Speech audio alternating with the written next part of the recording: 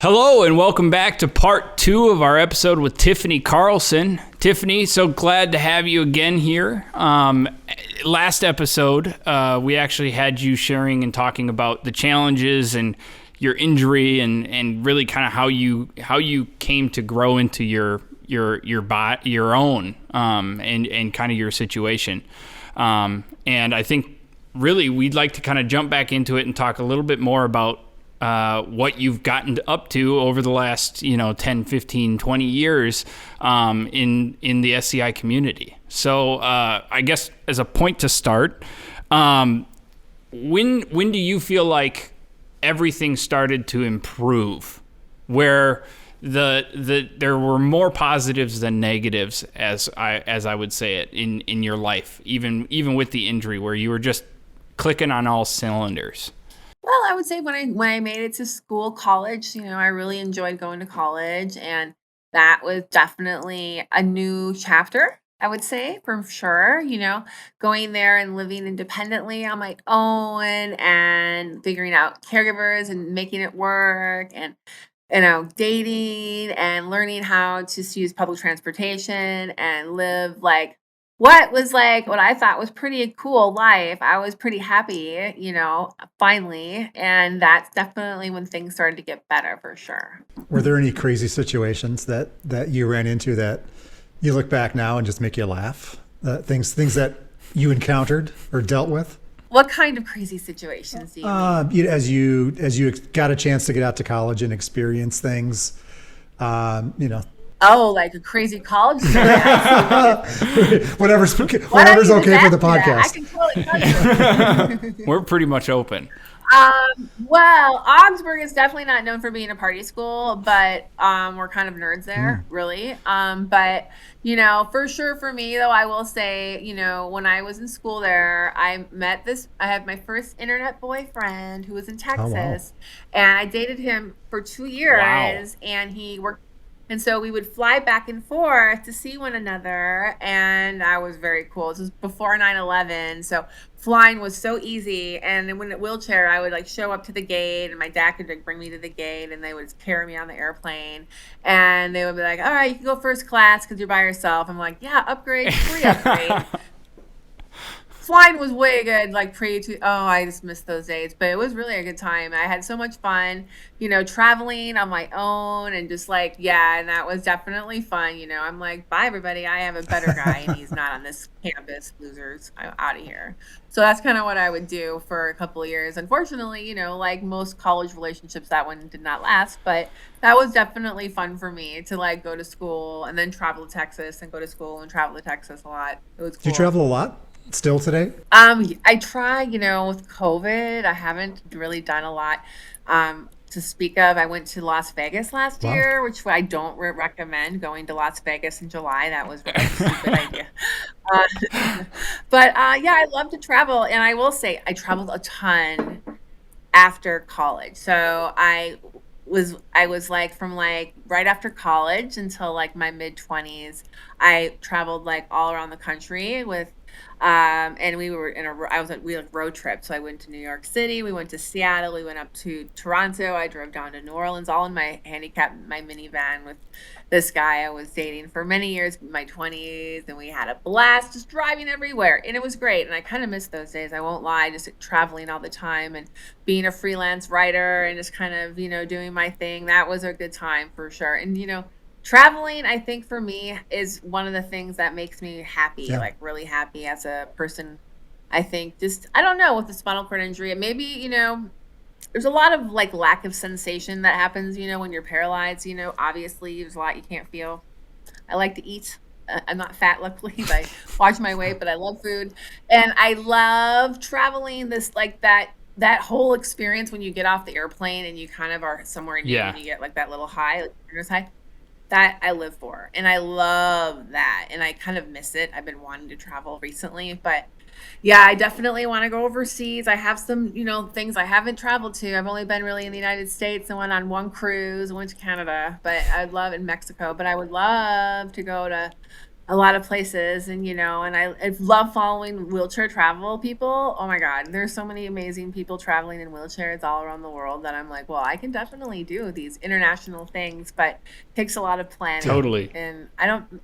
Yeah, and right now it's not a good time to fly right now. I'm not too excited about traveling. Well, so that leads me to a question of in your experience from when you first got injured to today, has accessibility gotten better for people when they're traveling, when you're in a new place or a new environment? Would you say that the majority of places have taken into account people in wheelchairs, or are there still a lot of people who are way in the dark on allowing you to get where you need to go? Well, there's always been curb cuts, thankfully, way back in the 90s. So I was always able to get around all the cities I've traveled to in the United States. New York City, when I was there in 2011, like 2 months before 9/11, actually, I was like, this city wasn't too inaccessible even. I don't remember not really being able to get around. But one thing that I will say that's really changed, which I'm so excited to see, are all the beach wheelchairs that are everywhere now. It's crazy.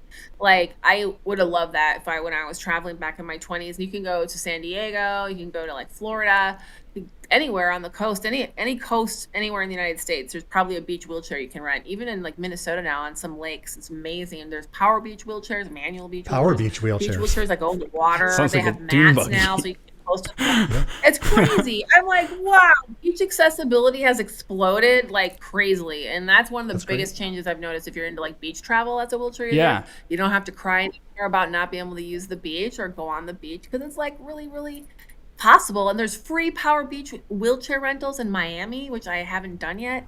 It's on my bucket list. You can just show up to any lifeguard station and say, is the power beach chair rent available? And they'll be like, oh yeah, I'll show you, and let's go grab it and bring it out for you, and you can use it for 2 hours for free. That's incredible. Like that. I'm gonna do that. Didn't even know that. All right, so you'll be in Miami is what I hear. That's right. I'm going to Miami too. Yeah, I have a lot of plans. And as my fiance likes to say, yeah, well, you have a lot of plans. Let's see how many we're going to get done this year, okay? But I have a list. I have a long list. That's good. That's a good list. Hey, Tiffiny, you talked. Go ahead. Sorry. No, I was going to go ahead and finish, and then I'll. No, I would love to hopefully one day to go to South Korea, which is a whole other topic that I'll talk about it with you guys if you want to, because I'm kind of obsessed with South Korea right now. But I'm kind of weird. You talked about when you were right out of college, traveling a lot around in your van. Very 60s story, by the way. But you, as a freelance writer, early 2000s. Yeah, early 2000s. Well, you talk about being a freelance writer, and that sort of moved into your career. Could you just talk a little bit about that job, and then maybe? Sure. That was definitely a fun thing for me, because when I was in college, I was going to do business communications, because that's like, I'm going to do this. This is going to be a good career. I can work at General Mills and be a business communicator. That's going to be a good job for me, I think. Yeah. So then, like around, I don't know, a year or two before I graduated from my college, I got an email from a website, halftheplanet.com, a New York City disability magazine that I had just launched. This was like 1998. They are like, hello, we like your website, Beauty Ability. Would you like to write for us? Wow. I was like, what? And then they said, we will pay you $1 a word. They actually told me $1 a word. I was like, are you kidding me? What is this? I don't know who are these people. This is not real. This is not real. For sure it's not real. And then I was like, it was real. And halftheplanet.com, and the story goes, the website lasted for about 2 years, and they had to close down during that whole internet crash way back in the day. Mm-hmm. But the founder called it Half the Planet because he had a daughter with a disability. And he's like, half the planet is either affected by someone with a disability or knows someone with a disability or has a disability. Like, half the planet is not disability exempt from being, affected by it somehow, Which I thought was a cool concept. And so I wrote for them. And I remember my first articles for them were like, very positive wheelchair articles, how to live life in a wheelchair. And I remember they would be like, too many exclamation points, Tiffany. You need to edit. So it was a fun thing. But then I was like, wow, I can make a living. Well, a freelance writer living, which isn't great, but I can do this instead of. I was just thinking your articles were eight long. pages long, and that's why they went out of business. Oh, believe me, they limit the word count for sure. They're like, yeah, maybe no more than 500 words, okay? And so, yeah. But they had money to spend. This was like money internet days where they were just throwing money at people, like 1999. It was a good time to write on the internet. And then unfortunately though, so I made the switch to just mass communications, like a degree. So I did that. And then I graduated, and then I was at home, and then 9/11 happened, and I wasn't really sure like where I was going to work because, there wasn't no one really hiring after 9/11 for like, a lot of communications jobs. And then like, I was trying to work at like magazines in town, and I didn't really know how to get my foot in the door, so to speak. You know what I mean? I'm like, how am I going to do this? Because I didn't have my online writing experience at the time was not enough to get a job, by the way, because no one respected internet writing back then. It was just stupid. So it was like there was no even like companies. I don't feel like there was a ton. Well, there was some, but it was not like a big advertising media machine as writing on the internet is today, where it's pretty much internet.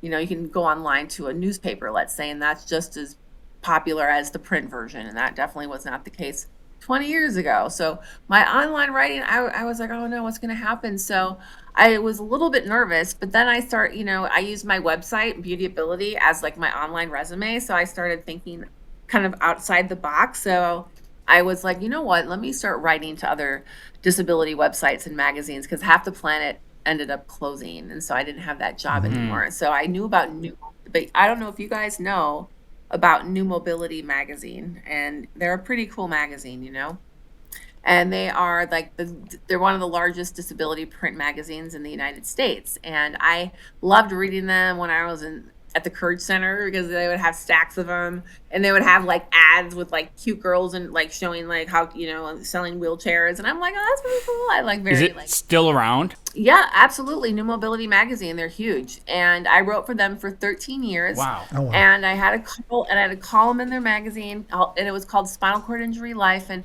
that didn't happen overnight though, because I was like, how can I write for this magazine? They have a lot of writers. And so I wrote them an email, and I was like, can I write an article for you guys about Darcy Polland from WCCO in Minnesota? She's this quadriplegic news reporter who's really inspired me, and I loved, like, really, I thought she was great. And still to this day, there's not a lot of news reporters on air that are in a wheelchair. And so of course they were like, sure, write the article, which I did. Yep.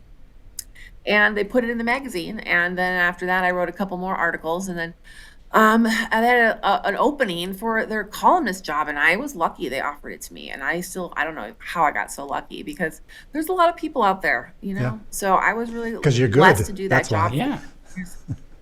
Well, you've got a perspective that they can't just go out and find, especially if you have the talent and the ability to kind of share stories in a unique and honest way. I think that all of that tied together, I can completely see how they would give you that column.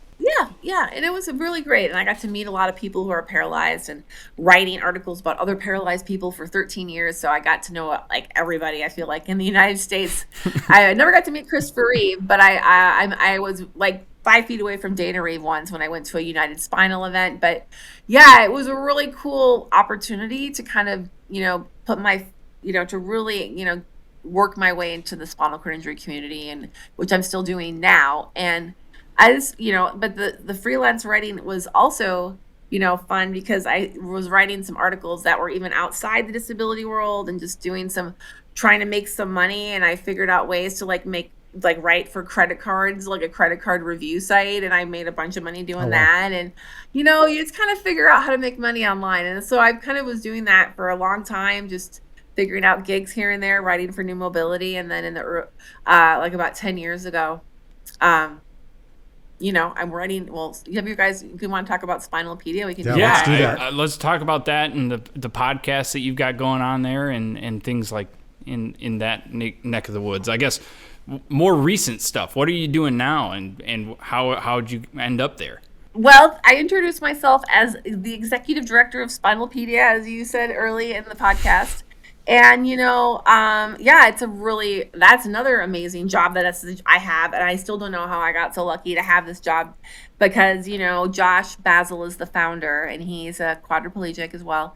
And he broke his neck in a beach accident when he was in college, and a wave kind of picked him up and slammed him down, and he broke his neck that way when he was in his 20s. And so he decided, though, to go to school and become a lawyer after his injury. And so he founded SPINALpedia, which is the organization that I help him run because he's busy with his other work. And SPINALpedia was like his baby. His family started this. It was a way to raise awareness of spinal cord injuries, to raise money for research was the initial part of it, and then also to help inform people with new injuries about everything that's available so they can kind of go back home and live the best life possible.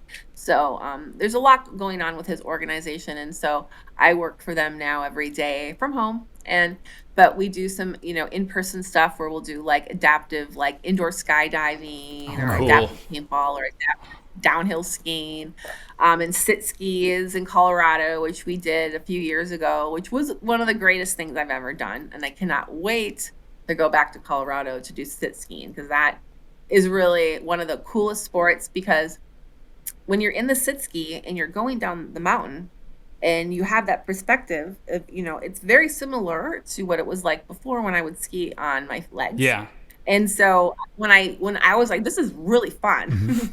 So that's why sit skiing is so popular, like in the wheelchair user community, because people love it. And so it's really, really cool. And so I now do it on a regular basis in Minnesota. I go to Trollhagen, and yeah, it's great. Well, I will say, right after the Olympics ended this past, was it Winter Olympics this year? No, summer. I don't know. The COVID sort of stacked them on top of each other. Whatever the most recent Olympics was. Winter. The Winter Olympics just ended. COVID kind of confuses my time frame in my head. But the week after is usually when they do the Paralympic Games. And I remember sitting there, and I ended up watching a ton of Paralympic sports. I watched a lot of the Paralympic men's hockey tournament, and it is unbelievable to watch these people play sports. And they are playing at a very high level with no legs, and it is incredible. Yeah. Yeah, it is incredible because they still have their legs. Many of them do. And they're heavy. And even if they don't have their legs, it's still incredibly difficult because the sled is heavy. Yeah. And you're using all upper body. It's not like you have your legs to push you. So it's incredible to watch those guys and women do sled hockey. I love watching it too. Sled hockey is great. Unfortunately, we didn't win the gold this year, though. I know. But yeah, one of the greatest sports ever. A lot of veterans love sled hockey. It's just a really great community too to get a part of. I think the people that join those teams, it's life-changing. It's just great for those people that have a sport that's actually really, really fun and competitive and to get into. And then you meet all these guys that can give you a bunch of life advice. It's a really, really cool thing. Totally. Yeah. Yeah. I didn't done a team sport myself, but I can see why people do it. Hey, Tiffiny, you talked about self-help videos. Can you just talk a little bit more about the work you're doing there for the injured? Videos. Well, myself, I don't make that many, even though I might start doing some more. But, the videos, are you talking about how we share them on SPINALpedia? Yes. Yeah. Yeah. So SPINALpedia, one of the biggest things that we love to do is have our video kind of is huge. So what we do is we go on YouTube and we organize all the disability videos that we think are really good, and we kind of separate them. If they're injured with paralysis, we'll get their injury level, and we'll put that right in the description of the video. So when you go on our site, you can find, let's say, a video pertaining to your level of injury, not just a wheelchair transfer video. You can find a wheelchair transfer video for someone that doesn't have any arm movement, let's say, and you have a full transfer. So you can really cater the searching that way. And that was my boss's idea. That was one of the first things he thought would really help the community, and I do believe it does, because you can go on YouTube and you can search whatever you want to, but sometimes people aren't always good at searching. No. So we've just done a kind of an easier way to do it for people that do need help, and it's really fun. I'm amazed, first of all, at all the videos that people create. It's really helpful, way more than I would say. You can go to your rehab and go through your PT and OT You should, but one of the best things you can do is go online and watch videos, because people who have gone through it are going to be able to teach you so much through these videos. It's really fun, from like how to do your laundry in a wheelchair, how to cook, how to pull your pants on, how to put a bra on if you're a quadriplegic. Like, there are so many different videos out there right now. It's really great. That's where I learn everything now, on YouTube. Yeah, honestly, I just built a deck in my backyard from YouTube University, basically. Right? There you go. Exactly. And everyone, whatever you're into, we all know YouTube has it, and definitely it's really big for people who are paralyzed too. There's so many people sharing their lives. It's great. So. Awesome. Well, I guess last but not least, why don't we talk about your podcast? Kind of what you've been doing with, is it called Life After Paralysis? Yes, it is. So on SPINALpedia, of all the other stuff that we do, we have a podcast that we started like a few years ago, and it's pretty cool. We do it once a month, and I interview people who are paralyzed, and sometimes we did interview a researcher once, but Dr. Rampartu actually.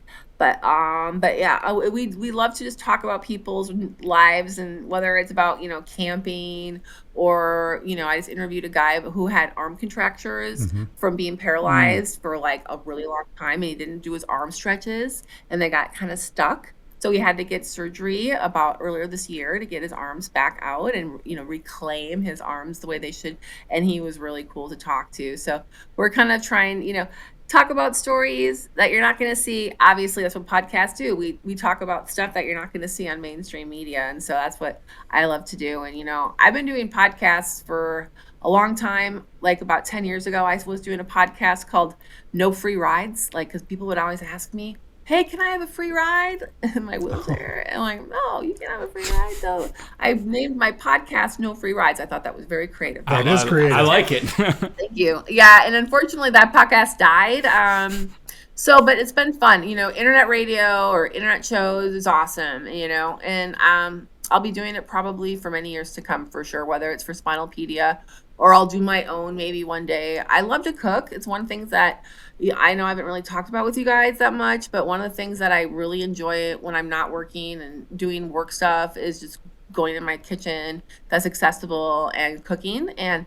it's one of those things that I love. And so my hands, don't work the greatest because I'm a C6 quad, and, they're bent. And so I have to use my hands to move them around to do things, but I can make a lot of things, and it's really fun. I love to cook for my fiancé, or just for my PCAs, or just for me. And I'm always researching recipes, and I love to give advice. So I might start doing like videos. That's a great podcast idea. Or just, video. How to idea. Show myself cooking. Yeah. I don't know. Yeah, no, awesome. I like it. I like it a lot. Well, I think that about wraps us up here. I think we're at time. So again, Tiffiny, thank you so much for joining us. Thank you for being willing to be our episode 2 guests. And as always, if you're watching us on YouTube, make sure you check out the links in the description. We're going to make sure we throw a link to her podcast, Life After Paralysis, down there, as well as a link to SPINALpedia, where she's currently the executive director. So make sure you guys check those out. Maybe hit the subscribe button when you're down there. And if you're listening to us on podcast platforms, you can always give us a follow. Rich, thank you, as always, for being my astute guest.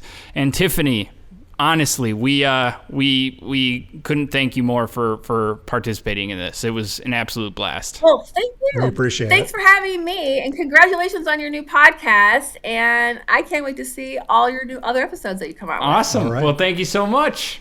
Thanks, Tiffiny.